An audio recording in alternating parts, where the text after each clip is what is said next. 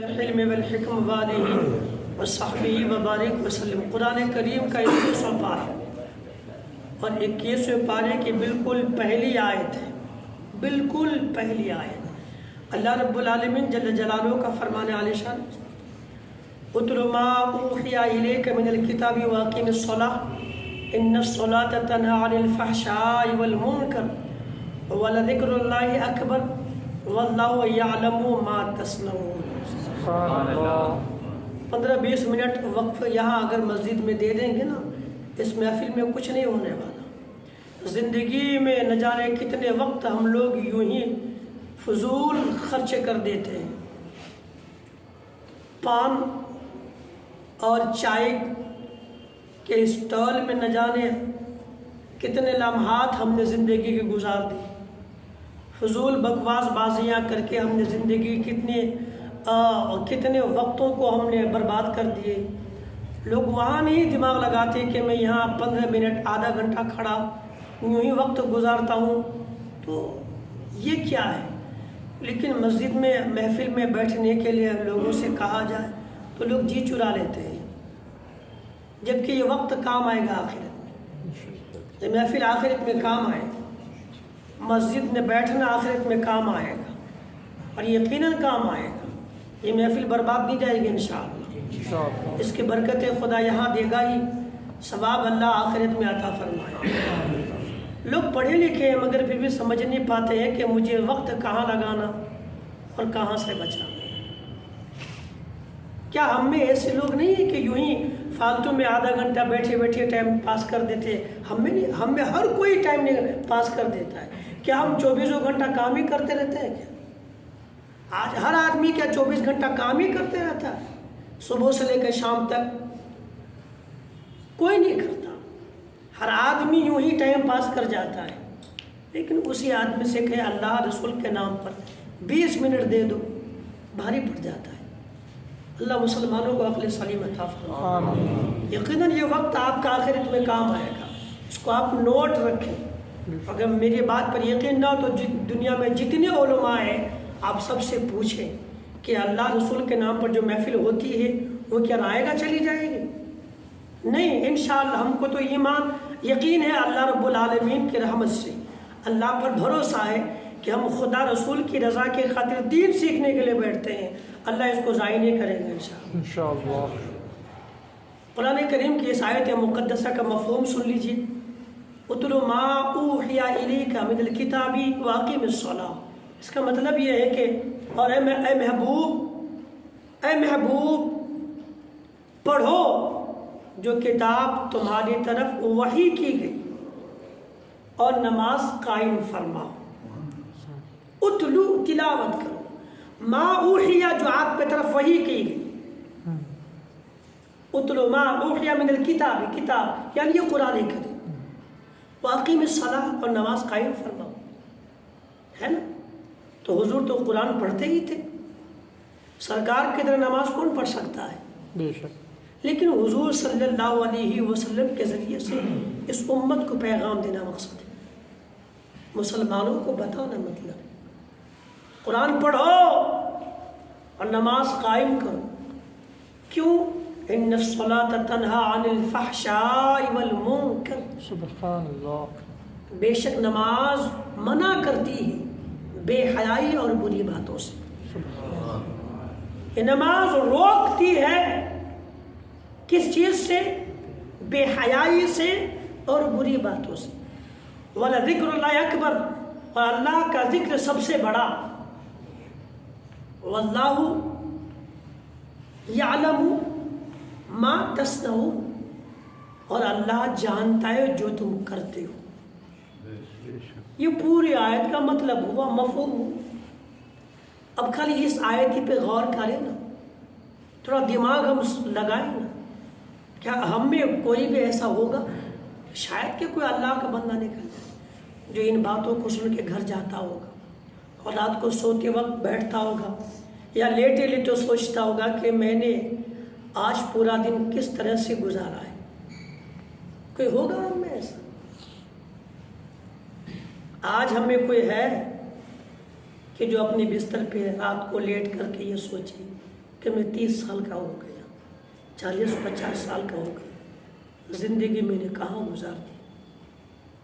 کوئی حساب کرتا ہے؟ کوئی نہیں۔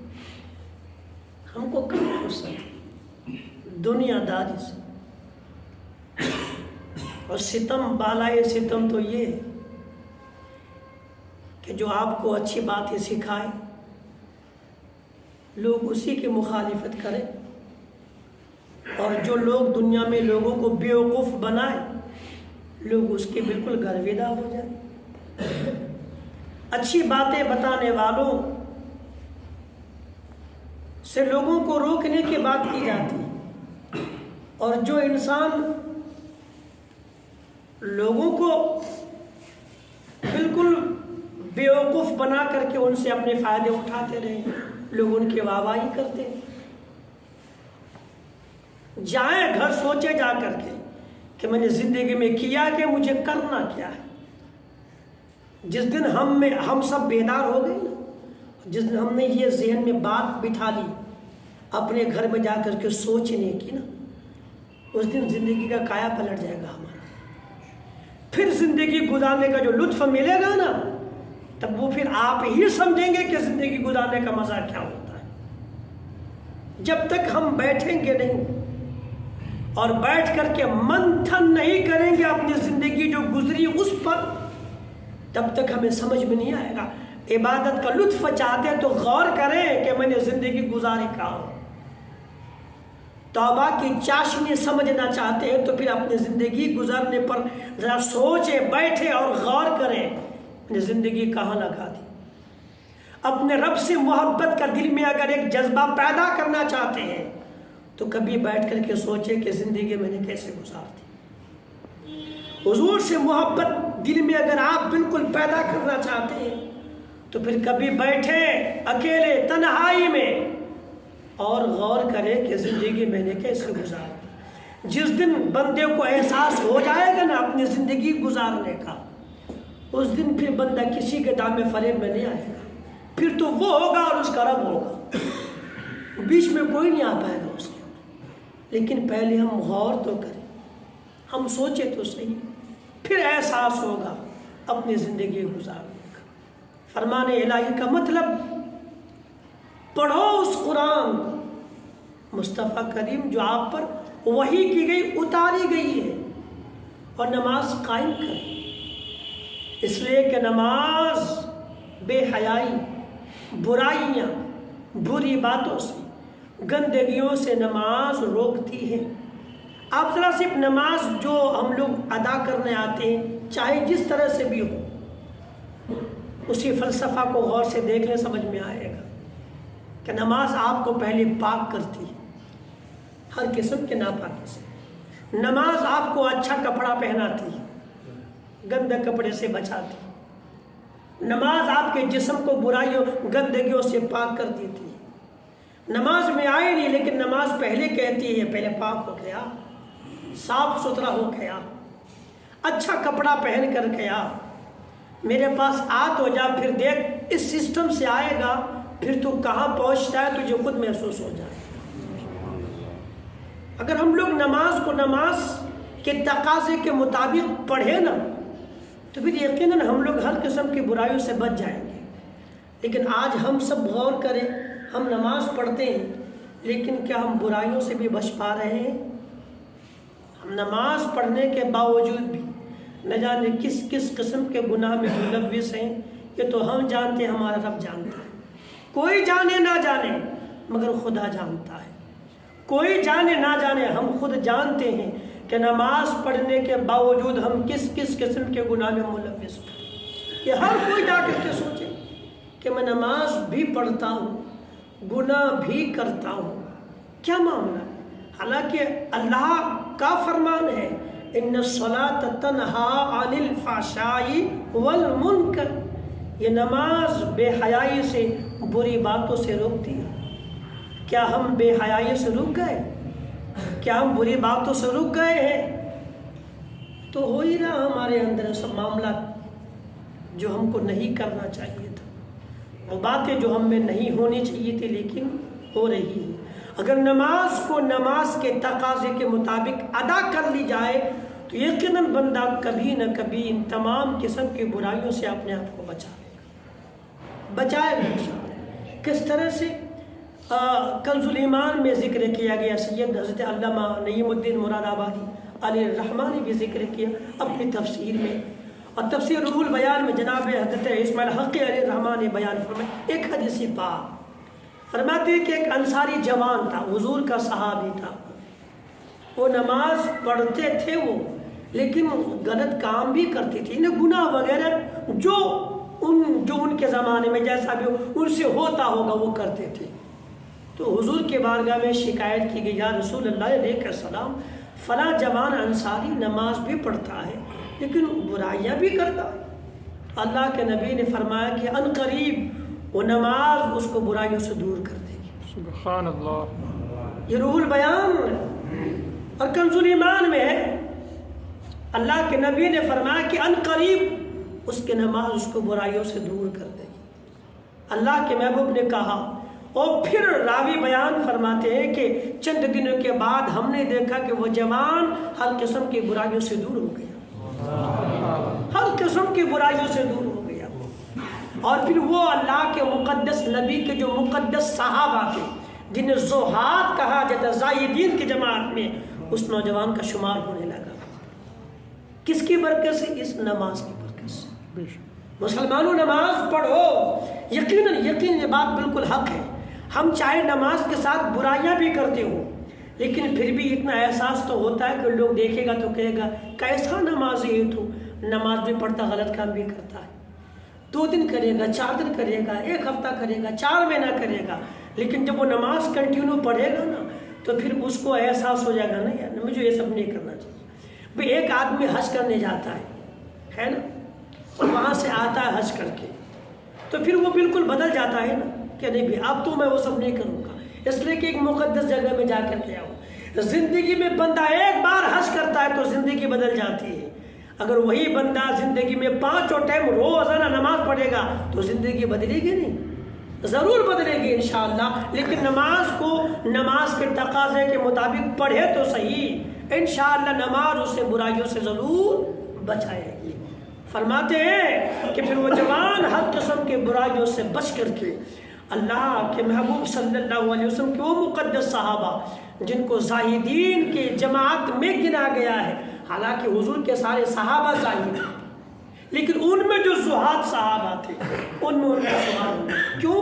قرآن کہتا ہے ان الصلاۃ تنہی عن الفحشاء والمنکر، بے شک نماز بے حیائی اور بری باتوں سے روکتی ہے۔ اس لیے ہم جب نماز کے قریب آتے ہیں تو پھر یہ بھی سوچیں نا کہ نماز وہ عبادت ہے، نماز وہ کام ہے کہ اس کام کو کرنے والا بندہ پھر غلط کام کے قریب نہیں جاتا ہے۔ کوشش کریں کہ اللہ تعالیٰ ہمیں ہر قسم کی برائیوں سے بچائے، دعا کے ساتھ کوشش بھی کریں کہ ہم ہر قسم کی برائیوں سے اپنے آپ کو دور بھی کر لیا کریں۔ وَلَذِكْرُ اللَّهِ أَكْبَرُ، اور اللہ کا ذکر سب سے بڑا ہے۔ یا تو علماء نے ایک تفسیر میں یہ بھی بیان کیا کہ نماز ہی اللہ کا ذکر ہے، اور بے شک اللہ کا ذکر ہے، تمام ذکروں میں سب سے بڑا ذکر نماز ہی ہے۔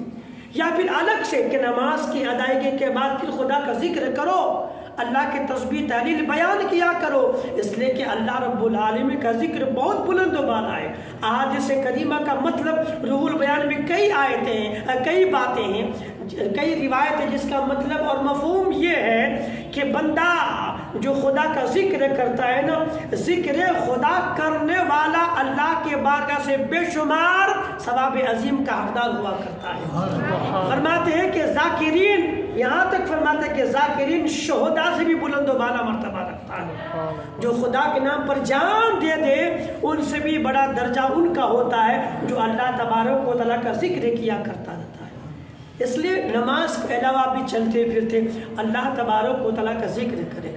نماز ایک نمازی کو بے حیائی سے، بری باتوں سے کس طرح روکتی ہے، ایک روایت ملاحظہ کریں۔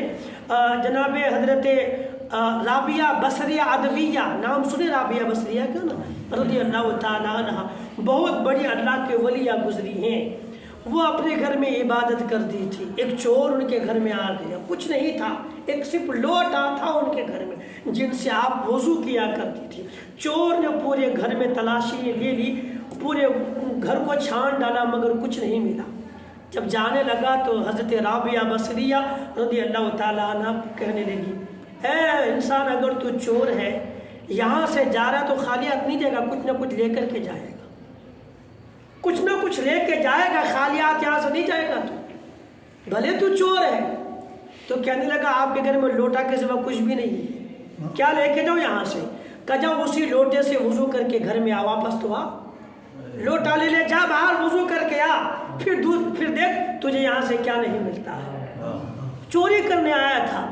رابعہ بصری اللہ کے ولی تھی نا، ان کی ولیوں کی زبان اللہ کا، جب کوئی بندہ خدا کا ہو جاتا ہے نا تو حدیث قدسی کا مطلب یہ ہے، نبی فرماتے، اللہ فرماتا ہے کہ جب کوئی میرا ہو جاتا ہے میں اس کی زبان بن جاتا ہوں جس سے وہ بولتا ہے۔ یعنی زبان بندے کی ہوتی ہے مگر کہنا اللہ تبارک و تعالیٰ کا ہوتا ہے۔ مطلب ہے کہ خدا کا ولی جو کہہ دیتا ہے خدا کر دیتا ہے۔ رابعہ بصریہ رضی اللہ تعالیٰ عنہ کہنے لگی جاؤ اسی لوٹے سے وضو کر کے آ۔ وہ گیا، وضو کیا، رات کو آیا تھا چوری کرنے کے لیے مگر اللہ کے ولیہ کے زبان سے بات نکلی تھی، اثر کر گئی، وضو کر کے آ، مصلی بچھا، چل نماز پڑھنے شروع کر دے، نیت باندھ لے۔ وہ آیا تھا چوری کرنے کے لیے مگر اللہ کے ولی نے نماز میں لگا دی، نیت باندھا، مصلی پہ کھڑا ہو گیا، ادھر انہوں نے ہاتھ اٹھا دیا، یا اللہ کریم اس بندے کو تیرے در تک کھڑا کرنا میرا کام تھا، آگے اس کی زندگی بدلنا تیرا کام ہے ہونا، یا اللہ اس گھر سے خالی نہ جائے گے، تو کرم فرما دے۔ اللہ الصمد۔ وہ بندہ نماز پہ نماز، سجدے میں گیا نا تو رابعہ بصریہ قریب گئی تو آواز آ رہی تھی، وہ اپنے نفسوں کو ڈانٹ رہا تھا، اے نفس تو نے یہ کیا کیا؟ اگر میں تیرے کہے پر زندگی ہی گزار دیتا اور چوری کرتے کرتے مر جاتا تو میں اپنے خدا کو کون سا منہ دکھاتا؟ وہ چوری کرنے آیا تھا، ایک پل گزرا ہے، کچھ لمحات گزرے ہیں، اللہ کے ولیہ نے خدا کے بارگاہ میں کھڑا کر دی۔ اب اس کا عالم یہ کہ اپنے آپ کو کوس رہا تھا کہ تو یہ کیا کر رہا ہے؟ اگر اسی عالم میں مر گیا تو خدا کو کون سا منہ دکھاتا؟ جب نماز مکمل ہو گئی، صبح ہو گئی تو اللہ کے ولیہ رابعہ بصریہ پوچھنے کے کیا ہوا تو کہا کہ اللہ رب العالمین نے میری خطاؤں کو معاف کر دیا ہے اور مجھے اپنے بارگاہ میں قبول فرما دیا۔ چور آیا تھا بن کر کے مگر جب یہاں سے نکلا تو خدا کا عابد بندہ بن کر کے یہاں سے نکلا۔ یہ نماز ہے جس کے بارے خدا خود فرماتا ہے ان الصلاۃ تنہی عن الفحشاء والمنکر، بے شک یہ نماز بے حیائی اور بری باتوں سے روکتی ہے۔ نماز پڑھ کے تو دیکھا جیسا نماز پڑھنے کا طریقہ ہے۔ روح البیان نے ایک حدیث بیان کی، مفہوم یہ ہے، فرماتے ہیں کہ حضور صلی اللہ علیہ وآلہ وسلم نے فرمایا اپنے گھر کو قرآن کی تلاوت سے اور نماز سے منور کرو۔ سبحان اللہ۔ اپنے گھر کو اگر نورانی بنانا چاہتے ہو، گھر کو مزین کرنا چاہتے ہو، گھر کو منور کرنا چاہتے ہو تو گھر میں قرآن کی تلاوت کرو اور اللہ تبارک و تعالیٰ کی عبادت یعنی نماز ادا کیا کرو۔ نماز سے، قرآن کی تلاوت سے تمہارا گھر منور ہو جائے گا۔ لیکن ذرا دیکھیں کتنے گھروں میں نماز کی پابندی ہوتی ہے، کتنے گھروں میں نماز کی پابندی ہوتی ہوگی۔ ہم مسلمان کے گھر، کتنے گھر میں لوگ نماز پڑھتے ہیں، گنے چنے کچھ گھر ہوں گے محلے، باقی کہاں آج ہم کو نماز پڑھنے کا شوق رہا، جذبہ رہا۔ آج ہم اپنے گھروں کو سجانے کے لیے فریج، ٹی وی، بڑی بڑی LED اور نہ جانے کباٹ، تجوریاں، صوفہ، کن کن چیزوں سے گھروں کو سجانے کی کوشش کرتے ہیں۔ قیمتی ٹائل، قیمتی رنگ و روغن سے گھر کو سجاتے ہیں اور بڑی بڑی لائٹ لگاتے ہیں، کس قسم کے جھومر وغیرہ، POP وغیرہ سب کرتے ہیں، کس لیے؟ گھر سجانے کے لیے۔ اس سے گھر نہیں سجتا۔ گھر کو سجانا ہے تو ذکر خدا سے سجائیے۔ یا آپ لگا بھی لیں گے نا، گھر میں کوئی نورانیت نہیں ہوگی، گھر بے نور ہی ہوگا، اس میں دل نہیں لگے گا۔ ایسا گھر جس میں خدا کا ذکر نہیں ہوتا وہ گھر برکتی نہیں ہوتا ہے، اسی گھر میں خدا کی برکت ہوتی جس میں خدا کا ذکر ہوا۔ کباٹ سے، صوفوں سے گھر میں برکت نہیں آتی، برکت آتی ہے نماز سے، قرآن کریم کی تلاوت سے۔ جو افسوس ہے کہ ہمارا گھر ان دونوں چیزوں سے آج خالی پڑا ہوا ہے۔ اس لیے اپنے گھر میں قرآن کریم کی تلاوت کریں اور نمازوں کی پابندی کریں۔ گھر میں ماں اور بہنوں کو کہیں، ایک بار نہیں بار بار کہیں، انہیں تلقین کرے نماز پڑھیے، ایک تو فرض ہے، اور جس گھر میں نماز پڑھی جاتی ہے وہ گھر خدا کے نور سے منور ہوا۔ عمل کریں گے انشاءاللہ، اپنی اولادوں کو دین سکھائیں گے انشاءاللہ، اپنے گھر میں بار بار کہیں گھر والوں کو۔ ہم لوگ تو کیا چھوڑ دیتے، ایک دو بار کہہ کر کے چھوڑ رہا نہیں بات مانتا، یہی ہو رہا ہے نا۔ اس کا نتیجہ آج ہم دیکھ رہے ہیں کہ ہمارے معاشرہ میں برائیاں بہت زیادہ ہیں، اور اچھائیاں آپ کو ڈھونڈنی پڑے گی، برائیاں آپ کو جگہ جگہ مل جائے گی، لیکن اچھائیاں تلاش کرنی پڑے گی۔ کیوں؟ ہم نے دو ایک بار کہہ کر کے چھوڑ دیا، پھر برائیاں پنپ گئی۔ اچھائیاں بتانے کے لیے ہم ڈرتے ہیں، آج ڈر لگتا ہے کہ میں ان کو کچھ کہوں گا تو مجھے سامنے سے کچھ الٹا کہہ دے گا، جس کا نتیجہ یہ ہے کہ ہمارے معاشرے میں برائیاں کوٹ کوٹ کے بھری ہوئی ہے۔ کیا بچہ ہے، جوان ہے، عورت ہے، مرد ہے، بوڑھے ہیں، سب کو دیکھیں آپ، کوئی بچائے برائیوں سے، کوئی بچائے۔ کوئی ایسا مہینہ ہوگا کہ جس میں ہم برائیاں نہیں کرتے ہوں گے، مہینہ تو دور کی بات ہے، کوئی ایسا دن نہیں ہوگا جس میں ہم گناہ سے ملوث نہیں ہوتے ہیں اپنے آپ کو۔ افسوس ہے کہ ہمیں جو کرنا چاہیے تھا اس سے دور ہے، اور جس سے دور ہونا چاہیے تھا اس کے بالکل قریب ہو گئے۔ اس لیے نمازوں سے اپنے گھر کو مزین کریں گے تلقین انشاءاللہ۔ سرکار مولا علی رضی اللہ عنہ فرماتے، روح البیان کی بھی یہ بھی روح البیان ہی کی روایت ہے، ایک بڑی کتاب ہے تفسیر قرآن کریم کی تفسیر کی، اس کا نام ہے تفسیر روح البیان۔ اس کے مصنف جناب حضرت اسماعیل حقی رحمۃ اللہ تعالیٰ لکھتے ہیں کہ سرکار مولا علی رضی اللہ عنہ فرماتے ہیں کہ جو بندہ قرآن کریم کو نماز میں کھڑے ہو کے پڑھتا ہے، نہیں کھڑے ہو کے نماز پڑھتا ہے، بیٹھ کے نہیں، کھڑے کھڑے، فرماتے کہ اس کو ایک لفظ پڑھنے کا خدا 100 نیکی عطا فرماتا۔ قرآن کریم کھڑے ہو کے نماز پڑھا، اس میں قرآن پڑھا، ایک لفظ پڑھنے کے 100 نیکی۔ فرماتے جو بیٹھ کے قرآن پڑھے نماز میں، جیسے نفل لوگ بیٹھ کے پڑھتے ہیں، بیٹھ کے پڑھے، اس میں ایک لفظ کے بدلے میں 50 نیکی ملتی ہے۔ سرکار مولا علی فرماتے ہیں، روح البیان نے اس کو بیان کیا، فرماتے جو بندہ نماز میں نہ ہو، نماز کے باہر، نماز میں نہیں مگر وضو کیا اور قرآن پڑھتا ہے، فرماتا تب بھی اللہ تعالیٰ ایک لفظ کے بدلے میں 50 نیکیاں عطا فرماتا ہے۔ اور جو بندہ وضو نہ کرے، بغیر وضو کے بنا قرآن کو چھوئے قرآن پڑھ لیتا ہے، فرماتے ایک لفظ پڑھنے پر خدا 10 نیکیاں عطا فرماتا ہے۔ ایک لفظ قرآن نماز میں پڑھے، وضو کر کے پڑھے، مولا علی کی روایت فرمان کہ خدا ایک لفظ کے بدلے میں ایک نیکی نہیں 100 نیکیاں عطا فرماتا ہے۔ اب آپ کی ہماری مرضی، جتنی نیکی اچھائیں آپ جمع کریں۔ اللہ رب العالمین اپنے فضل و کرم سے اپنے محبوبین کے طفیل ہم سب کو سننے سے زیادہ عمل کی توفیق عطا فرمائے۔ تو ایک مسئلے سن لیجئے جن سے نماز میں سجدہ سہو کرنا واجب ہوتا ہے۔ آج کا مسئلہ کہ جسے وتر واجب نماز پڑھتے ہیں نا عشاء میں، 3 رکعت ہے، اس میں تیسری رکعت میں دعائے قنوت پڑھنی ہے۔ کوئی بندہ تیسری رکعت میں سورت ملا لیا، یہ ہو سکتا ہے، یہ کبھی نہ کبھی کسی کے ساتھ میں معاملہ ذہن حاضر نہیں رہا تو ہو سکتا ہے۔ تیسری رکعت میں ہم لوگ الحمد کی صورت پڑھ کے، عموماً قل هو اللہ کی صورت پڑھتے ہیں لوگ، اور پڑھ کے پھر اللہ اکبر کہہ کر کے ہاتھ باندھ کر کے دعائے قنوت پڑھنی ہوتی ہے۔ لیکن کبھی اگر قل هو اللہ پڑھ کے اللہ اکبر کہنے کے بجائے رکوع میں چلا گیا، دعائے قنوت پڑھنے کے بجائے دعائے قنوت نہیں پڑھی آپ نے اور سیدھا رکوع میں چلے گئے، اب کیا کریں؟ تو پھر اب اس کو چھوڑ دیجئے، پلٹ کے نہیں آئیے۔ اگر آپ سورہ فاتحہ یا سورت نہیں ملائے اور ملائے بنا رکوع میں چلے گئے تو حکم ہے کہ واپس آئیے، قرآن کریم کی جو سورت آپ نے نہیں پڑھی تھی، سورہ فاتحہ یا سورت ملانے بھول گئے تھے، اس کو ملا لیجئے، واپس رکوع کیجئے۔ اگر رکوع نہیں کریں گے تو نماز چلے گی آپ کی، اس میں رکوع سے اٹھ کے قرآن کریم کی تلاوت کرنی ہے۔ لیکن اگر دعائے قنوت آپ نے نہیں پڑھی اور بنا دعائے قنوت پڑھ کے رکوع میں چلے گئے تو واپس پلٹ کے آنا نہیں، بس رکوع کر لیے، اس کے بعد اتحیات میں بیٹھ کر کے سجدہ سہو کر لیجیے، نماز ہو جائے گی، ہے نا۔